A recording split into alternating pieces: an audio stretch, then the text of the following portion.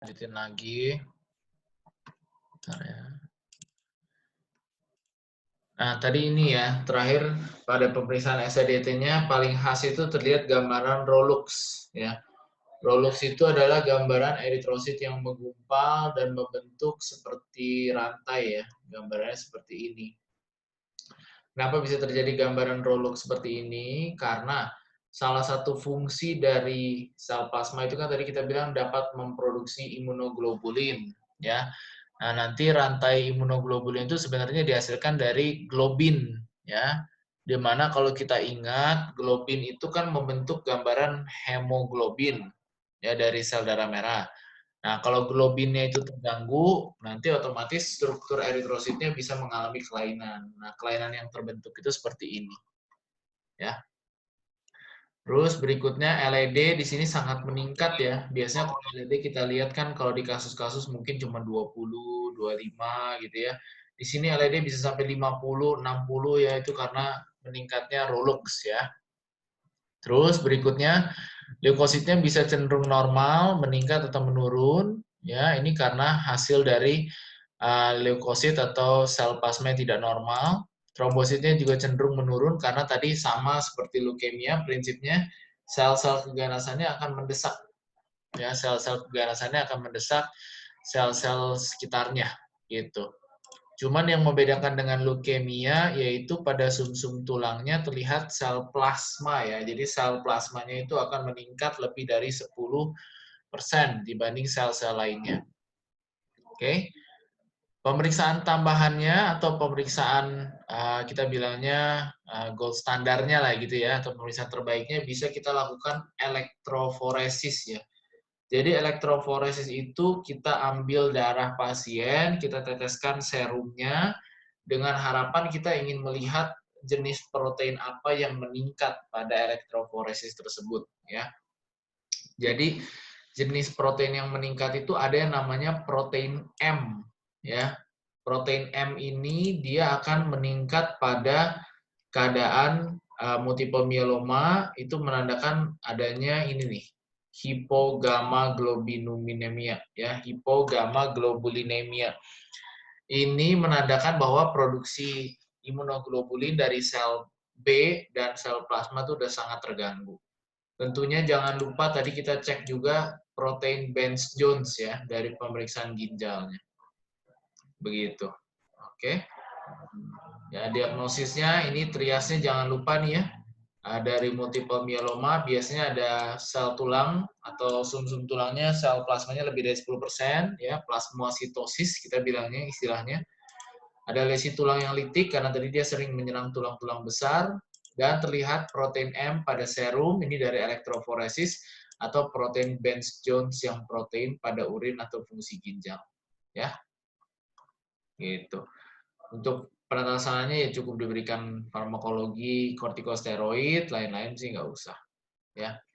Jadi saya ulang ya, secara patologi klinik yang penting itu pada pasien-pasien dengan multiple myeloma, yang pertama ya, pasiennya itu lanjut usia.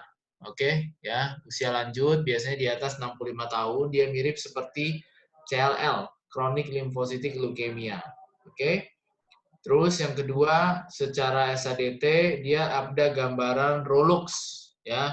Gambaran Rolux sekali lagi seperti ini, eritrosit yang menggumpal dan membentuk kalung ya, atau seperti rantai.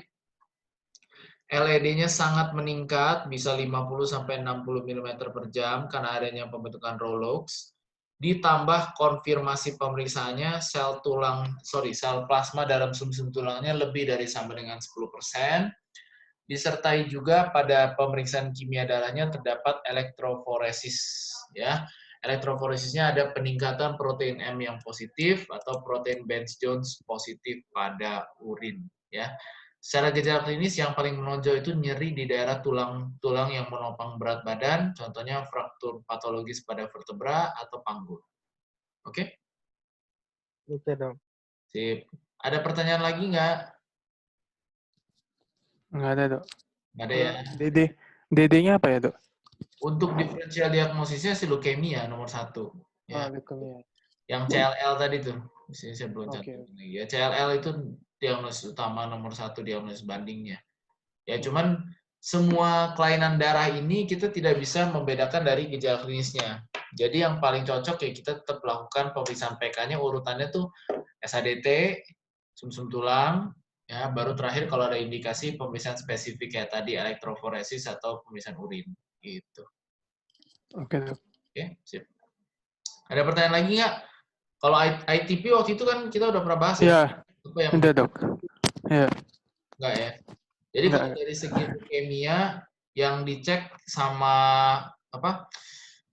multiple myeloma kurang lebih sama. Cuman tadi hasilnya aja yang membedakan. Oke.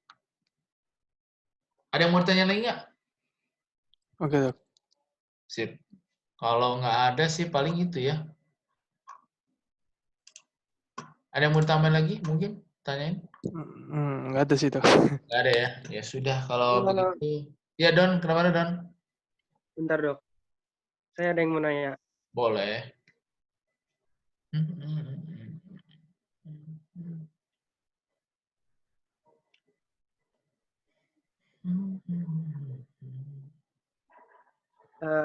Bentar ya, gimana ya?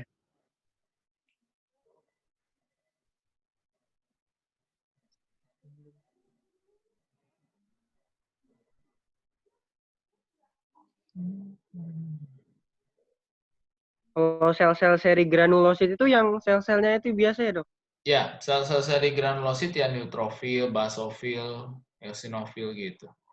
Jadi kalau kamu perhatikan di buku praktikum kamu, itu semua sumsum tulang tuh pasti interpretasinya 3. A titik S titik E, A titik S titik G, A titik S titik T.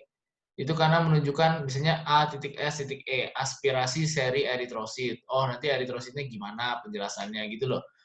Ya, A titik S titik E itu aspirasi seri granulosit gitu. Nanti gambaran granulositnya gimana.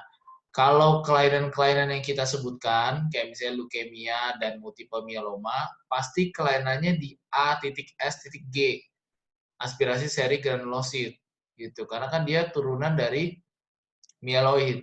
Kalau yang ITP baru kelainannya di trombosit. Jadi nanti trombositnya kelihatan kayak kemarin kita pernah pelajari itu, giant trombosit lah misalnya, atau jumlah trombosit yang menurun dan sebagainya. Gitu. Baik dok. Oke, Oke dok. jual Oke, Dok. aman ya.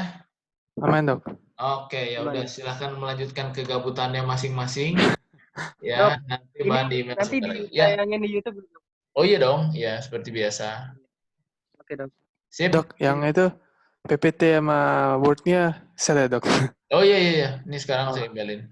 Oke, Dok. Oke.